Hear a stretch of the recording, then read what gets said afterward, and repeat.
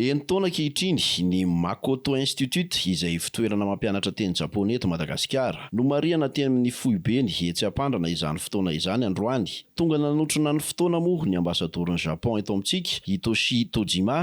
Le gouvernement du Japon offre chaque année une dizaine de postes dossiers et normalement un peu moins de 10 personnes malgaches entrent le Japon pour étudier la langue japonaise et d'autres domaines tels que la technologie, l'ingénierie et aussi des droits, par exemple.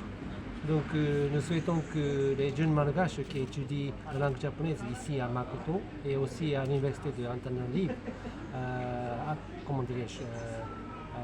s'intéressent beaucoup à ces bourses japonaises et pour étudier et répondre aux besoins des entreprises japonaises et malgaches qui deviennent une sorte d'un pont vivant entre le malgache et le Japon. Mialina amin'ny teny sy kolontsaina japoney ny malagasy amin'izao fotoana izao, hoy ny fanazavana, satria raha miisa 5 aman'enina tao amin'ity fitoerana ity tany am-boalohany dia efa 700 zany izao. Manodidina ny 500 ireo mpianatra efa nandalo tao anatin'izay 9 taona izay. Faharoa amin'ny firenena afrikanina liana amin'ny teny japoney Madagasikara, hoy ny ambassadeur. Voalohany indrindra aloha raha mahakasika ny Madagasikara sy ny teny japoney dia efa manomboka betsaka nanomboka teo 2021 teo ny recensement nataonay mampianatra. Nanomboka nitombo betsaka ny tanora liana amin'ny fampianarana teny japoney.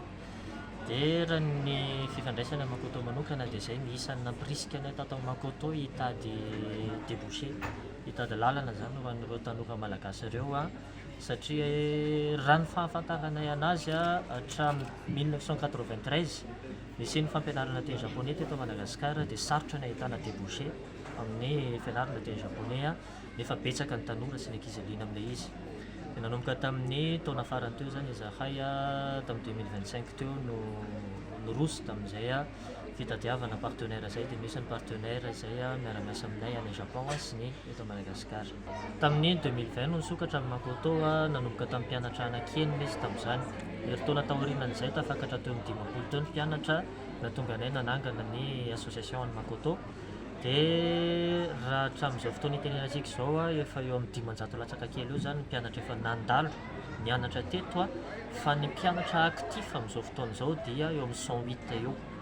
700 isa eo zany ny mpianatra actif atao Makoto amin'izao fotoana izao.